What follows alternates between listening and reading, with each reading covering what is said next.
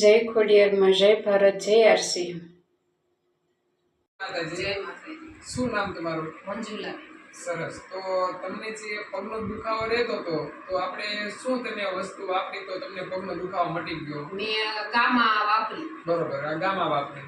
બરોબર. પછી બીજું ઘરની અંદર તેલ બદલાયું, મીઠું બદલાયું, મસાલો તેલ બદલાયું. તેલ બદલાયું. બરોબર. પછી આ ન્યુટ્રીચાર્જ મેન પણ તમે લીધી? લીધી. બરોબર. આને પીને બહુ સારું રહેશે કે ઢીસણના દુખાવા રહ્યા ને બહુ સારા રહેશે. બરોબર. કે ઢીસણમાં આપણને કેલ્શિયમ ન મળતું એનાથી મળે. બરોબર.